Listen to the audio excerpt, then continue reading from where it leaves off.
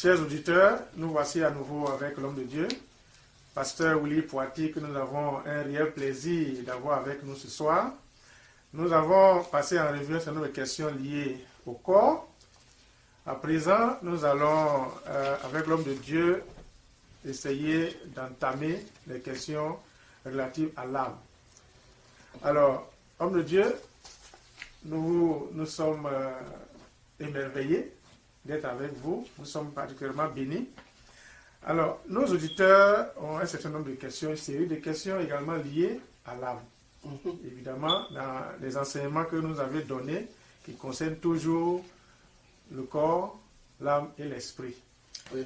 Alors, nous avons cette question suivante venant de nos auditeurs. Oui. Quelle est la différence entre l'âme et l'esprit?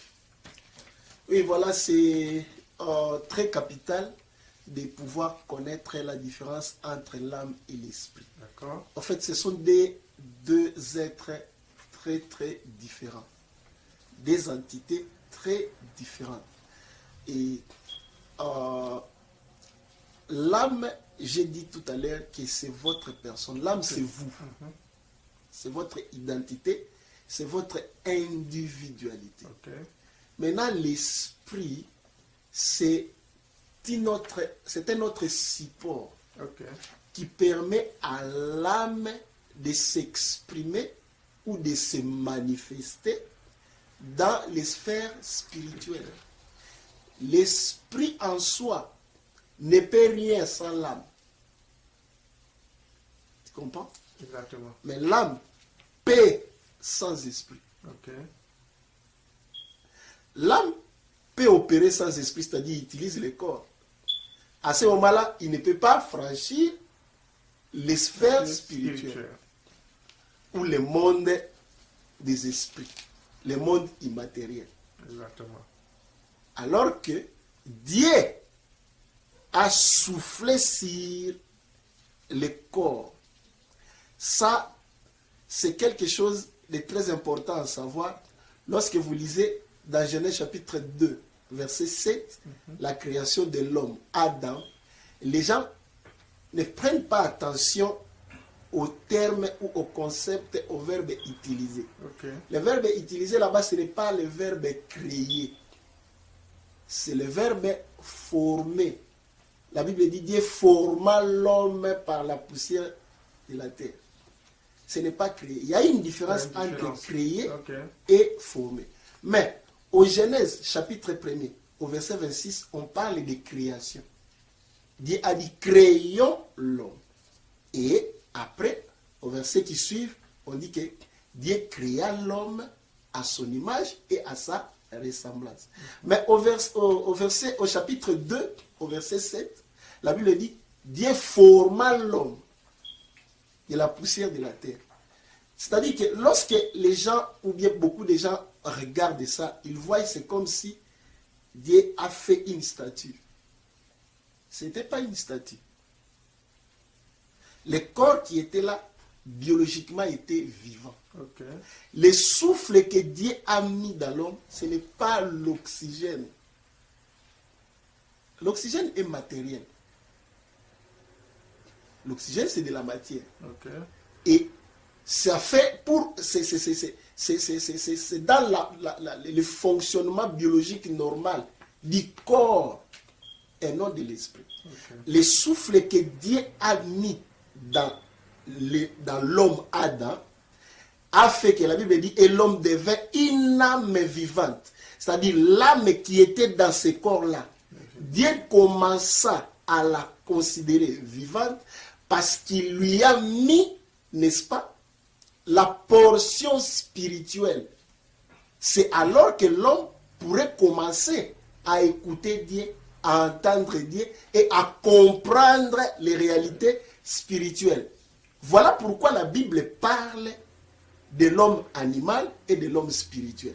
L'homme animal, c'est comme un homme qui a un esprit mort, ou qui n'a pas d'esprit en fait, qui ne connaît pas les réalités spirituelles. C'est un homme animal qui ne fonctionne qu'avec son corps. Quand je parle de l'homme, je vois l'âme qui ne fonctionne qu'avec le corps. Mais l'âme qui fonctionne avec le vertige spirituel divin, c'est celui-là la Bible appelle l'homme spirituel. Ok. Parce qu'il y a la spiritualité générale, ou la spiritualité qu'on ramasse dans les ancêtres, ou dans les religions ancestrales, les différentes religions. Mais la spiritualité biblique indique que l'homme spirituel est celui qui est lié à Dieu, qui a des rapports avec Dieu. Vous comprenez? Exactement. À ce moment-là, vous tracez très bien la différence entre l'âme et l'esprit. L'esprit. L'esprit, c'est une portion, un être ou une entité Ok. qui te permet d'entrer ou de se manifester dans les sphères spirituelles. De permettre qui? L'âme. L'âme, c'est toi, c'est ton identité, c'est tout ce que toi tu es, c'est ton individualité en fait. Je comprends. Merci beaucoup, pasteur. Je vous remercie.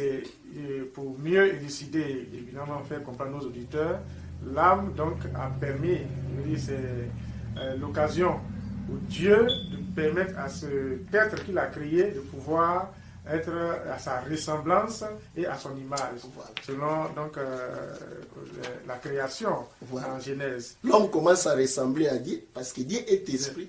Sa ressemblance, ça se montre par les facultés spirituelles conférées à l'homme.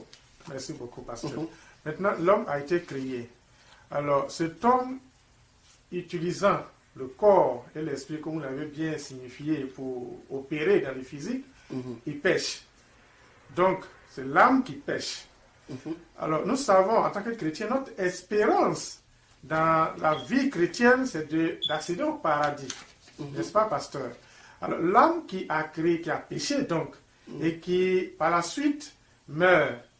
Alors, est-ce qu'il a la possibilité de se purifier pour prétendre entrer dans le paradis? Je voulais un peu éclairer votre question. Ok, Je ne voulais pas ici parler du concept de paradis, ok. parce que le paradis n'est pas notre finalité.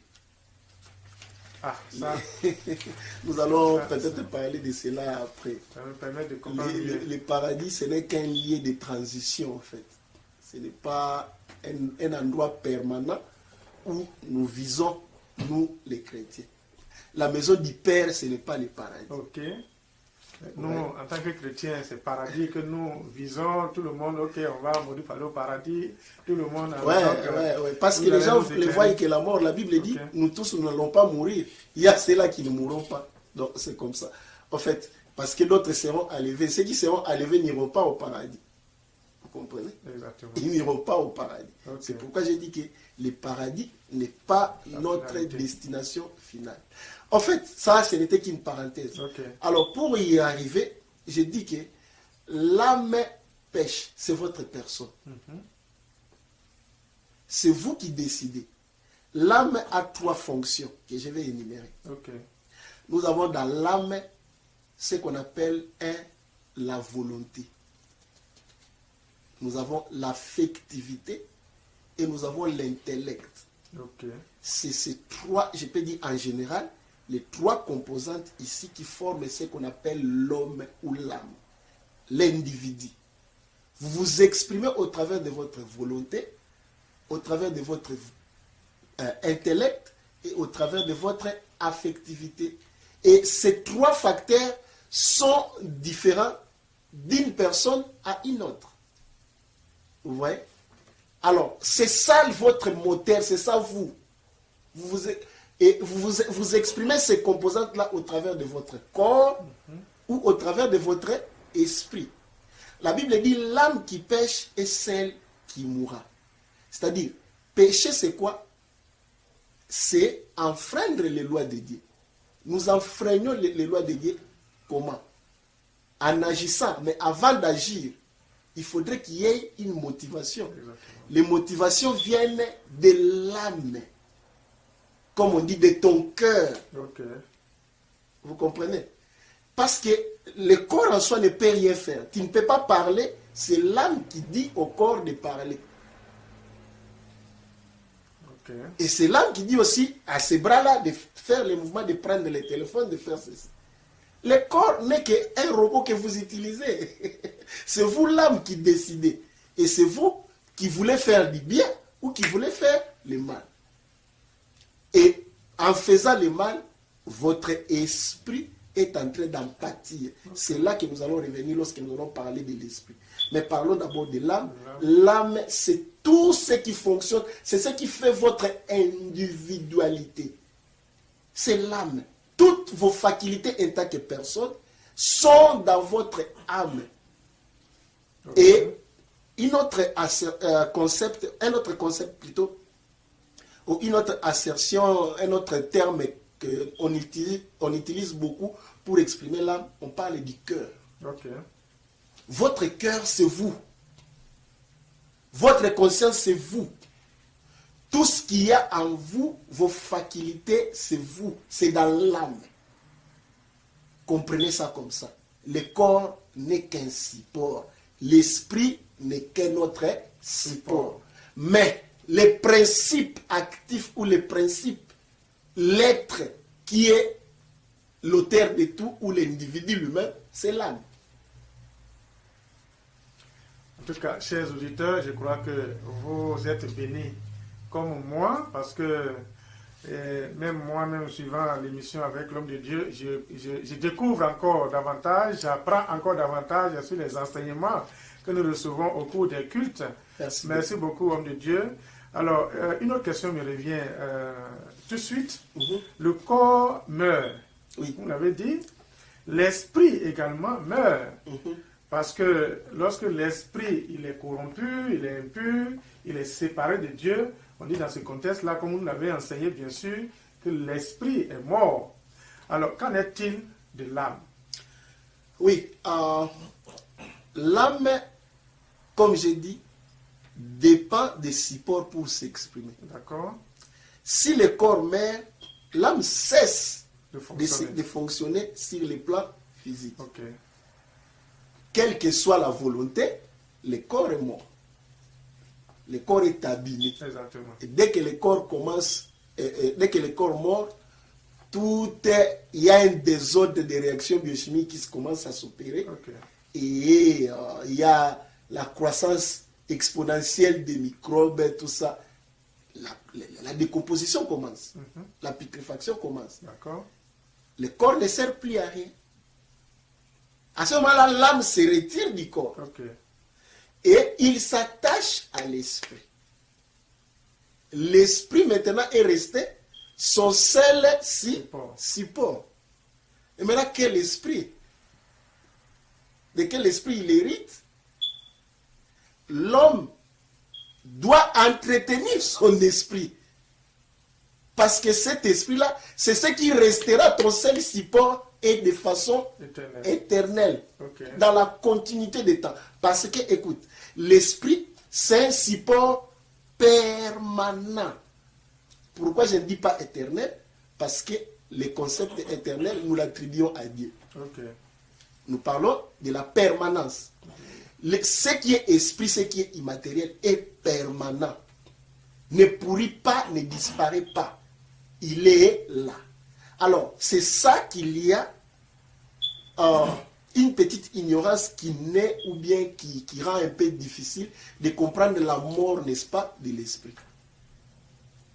Dieu, lorsqu'il parle de la mort de l'esprit, il ne voit pas la mort comme dans le corps. Okay. C'est l'esprit qui se sépare de Dieu. La présence de Dieu, parce qu'à cause des péchés. L'âme pêche et c'est l'esprit qui en pâtit. Cet esprit-là est déconnecté de la gloire de Dieu. Il est considéré comme mort.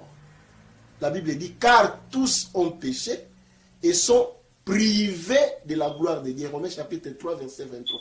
Car tous ont péché et sont privés de la gloire de Dieu. Cette gloire de Dieu-là, c'est ce qui fait que l'homme soit considéré comme mort spirituellement. Mais la mort de l'esprit ne signifie pas l'absence de fonction. L'esprit continue à fonctionner. L'esprit garde toutes ses facultés. Tous les sens de l'esprit sont là. Mais le problème est que il est privé de la gloire de Dieu. Il ne peut pas communier avec Dieu. Vous voyez? À ce moment-là, l'esprit-là qui est corrompu, qui est impur, qui est mort, l'âme peut l'utiliser seulement pour apparaître dans le monde spirituel. Mais l'âme paraît dans le monde spirituel, non pas pour être dans la gloire de Dieu, pour être rejeté finalement loin de la présence de Dieu, dans la souffrance éternelle dans l'enfer. Et en ce moment précis, on dit que l'âme est également morte. Oui, parce qu'il ne peut s'exprimer qu'au travers d'un support qui est mort. Ok. Merci beaucoup, pasteur. Je crois que c'est clair pour nos auditeurs, c'est clair pour tous ceux qui nous suivent. Merci beaucoup et nous voudrons savoir, de la même manière, nous prenons également soin de notre corps pour nous habiller, paraître beau dans l'aspect physique que l'âme utilise. Comment est-ce que nous pourrons prendre soin de notre âme, de nourrir notre âme comme nous nourrissons notre corps? Voilà, quand il dit, moi je nourris mon âme, c'est-à-dire je me nourris moi-même. Okay. Là, tu parles de l'être, parce que toi, tu es une âme. Comment est-ce qu'il faut te nourrir toi-même? Exactement. Comment est-ce qu'il faut t'occuper de toi-même? En fait, c'est ça. Comment tu vas prendre soin de toi-même et après avoir pris soin de quelque chose qui va partir toi-même. Maintenant, comment tu prends soin de toi? Tu prends soin de ton corps. Exactement. Parce qu'en fait, ton corps, c'est ta façon de t'exprimer. Quand je m'habille comme ça, tel que je suis là, on me voit l'âme au travers de mon corps. Exactement. Mais même quand on te voit au travers de ta voiture, on peut dire si tu es sale ou si tu es propre au travers de ta voiture, au travers de ta maison. En fait, tout ce qui t'appartient, n'est-ce pas, est l'expression de toi-même. Exactement. Vous comprenez? Et maintenant, toi-même, en fait, l'âme, c'est le développement de ta personne. Tu dois développer ta volonté. Vous savez que la volonté, c'est une faculté qu'il faut développer. La volonté rencontre des limites. Pourquoi tu es venu ici? Parce que tu as voulu.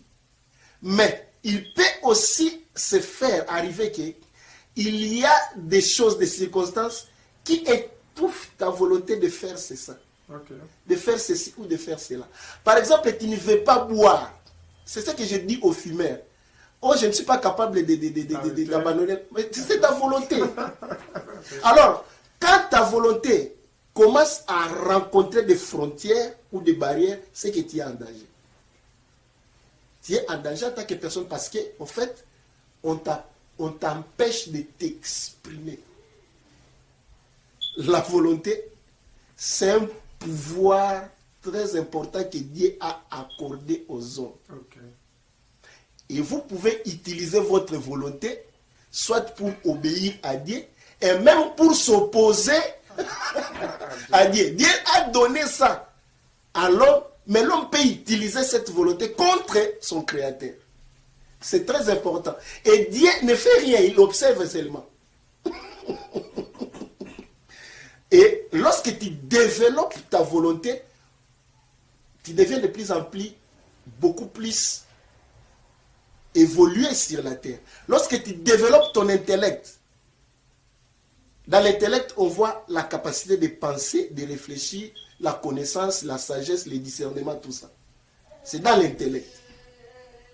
Un illettré, par exemple, dans la société, a peu de leviers pour vivre, pour survivre, qu'un intellectuel, que quelqu'un qui a beaucoup étudié. Celui-là a développé son intellect. Alors, lorsqu'on parle des chrétiens, les gens ne voient pas l'aspect de l'être humain. Les chrétiens est d'abord l'âme. Il faut apprendre aux chrétiens qu'ils doivent développer leur être. Et ça vaut la peine parce que, sur le plan spirituel, ils en auront besoin. Vous savez, quand on dit Dieu m'a parlé, Dieu m'a dit, Dieu parle comment? Il te parle par ta pensée. Et si ta pensée est stérile, tu n'as pas beaucoup développé ton intellect. Il y a des choses que Dieu ne peut pas échanger avec toi parce que tu ne vas pas les comprendre. Vous comprenez? Et c'est aussi, quand il faut peut-être prêcher comme je prêche, comme je parle, si le message que Dieu m'a donné, je n'ai pas beaucoup de leviers, beaucoup de méthodes maîtrise ou bien beaucoup de connaissances pour les exprimer, c'est ça aussi qu'il y a la différence entre ceux qui ont reçu les messages de la part de Dieu et qui n'ont pas pu les écrire. Souvent, Dieu a dit à ceux qu'il a donné les messages, tels qu'au prophète de l'Ancien Testament, il a dit écrivez.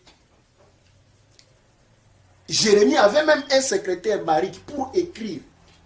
Parce que Dieu voulait qu'on conserve, n'est-ce pas, ce qu'il a dit, sa volonté. Et maintenant, si ces gens-là ne savaient pas écrire, toutes ces paroles-là seraient perdues. Exactement. Vous comprenez? Moïse devait être formé dans les grandes académies de l'Égypte pour arriver à être l'érudit de sa génération pour écrire le Pentateuque, l'héritage que nous avons aujourd'hui, que nous appelons la loi. C'est parce qu'il a étudié, il avait développé, c'était un être développé, évolué. Et ça, c'est l'aspect qu'on doit aussi insister dans le christianisme, dans le monde des chrétiens. Il faut savoir nourrir son âme. L'âme, on ne le nourrit pas en mangeant, mais on le nourrit par le développement de la personne. Très bien. Merci beaucoup, pasteur. Je vous en prie. Je crois que si nous laissons la parole, ce soir, nous allons avoir une autre prédication complète et nous voyons très bien que vous êtes très inspiré à encore davantage donner beaucoup plus d'informations sur le sujet de l'homme, constitué donc du corps, âme et esprit. Nous vous remercions très sincèrement pour votre disponibilité. Chers auditeurs, je crois que vous avez noté, vous avez été servis ce soir à la suite des différentes réponses que le pasteur nous a données. Merci encore, pasteur, une fois de plus pour votre disponibilité. C'est moi qui vous remercie. Alors, nous sommes pratiquement donc au terme de notre mission. Pasteur, merci pour nous avoir donné en tout cas les réponses à nos questions, à certaines zones d'ombre qui sont restées au cours, suite au thème de vos messages que vous nous donnez chaque jour, les vendredis soirs, les dimanches. Merci beaucoup de nous donner encore de plus d'informations pour nous former, pour nous donner la possibilité de grandir spirituellement.